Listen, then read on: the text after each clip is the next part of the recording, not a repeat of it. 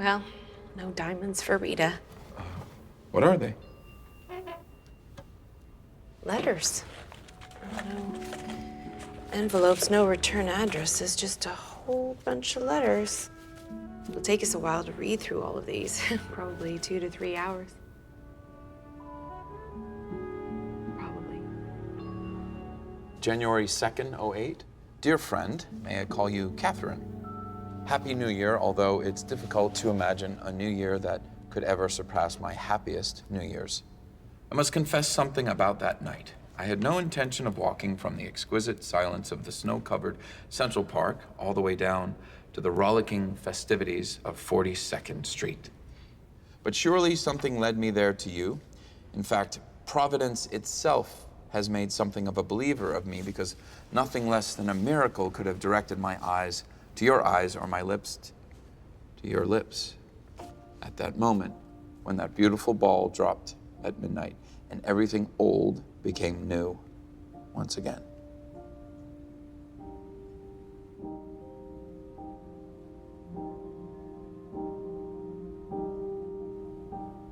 Although they were not the first lips I have ever kissed, until we meet again, they will be the last. I hope you will write to me.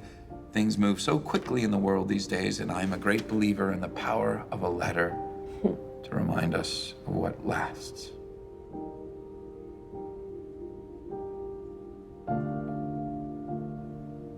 Yours sincerely, Jonathan from New York. Wow.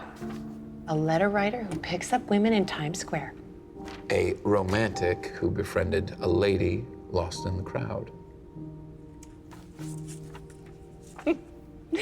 February 4th, '08. Dear Jonathan, how long it's been since I received a letter. A real letter. And never one like this. This has already been a year of firsts for me. My first trip to New York, my first date with a stranger, and yes, it's true, my first kiss. Well, I know it's hard to believe at my age, but I have never been considered a great beauty. And I guess I've always behaved as if I believed it to be true. That night, standing in the cold, surrounded by 1,000 happy strangers, I felt free and fresh, and perhaps it was at that moment that you saw me feeling beautiful.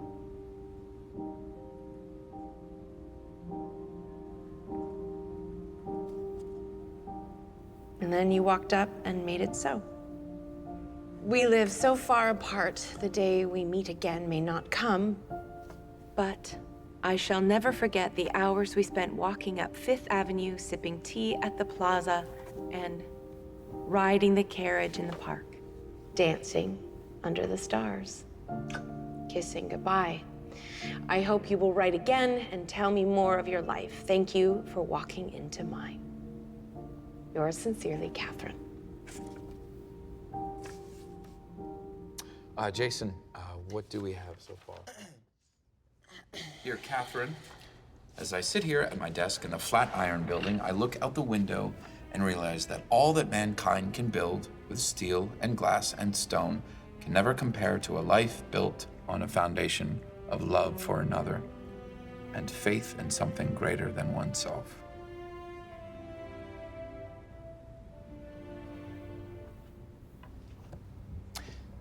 You spoke of those things as the sun came up on New Year's Day. And even if we can't keep dancing, I would like to keep that conversation going. Write to me, yours, Jonathan.